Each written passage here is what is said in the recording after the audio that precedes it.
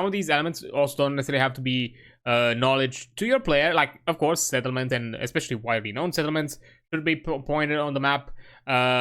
Landmarks, it could be a mixture of well-known landmarks and also like hidden landmarks. And even equally with settlements, you can have some occasional like settlements that you may not be aware of.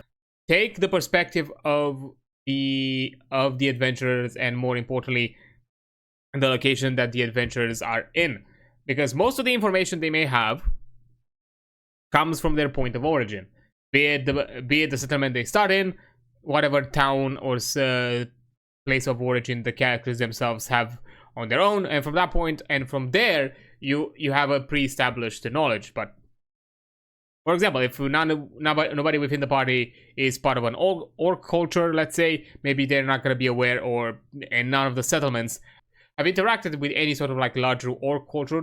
Maybe their maps have no sketch or no information about any nearby orc settlement that might actually be there, that you as a game master could have planned out. Many other things.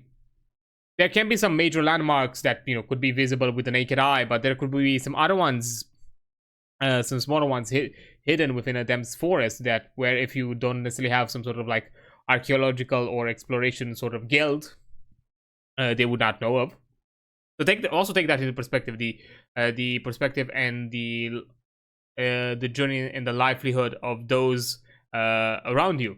So initially, when you start, the map could be a lot more barren, even though in truth it could be populated to the brim with all of these elements, and the players still have this kind of like interesting surprise.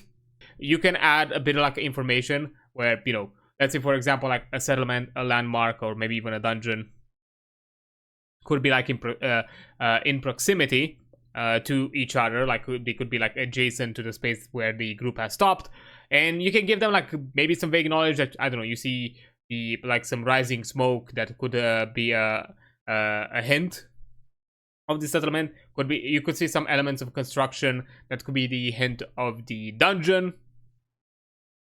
and some other odd elements of a landmark. Maybe you have a bit more of an open area and you see something like put together, some sort of like a encampment in there somewhere across the distance. Always plan out what you know versus what the players know, because that keeps things interesting and unpredictable.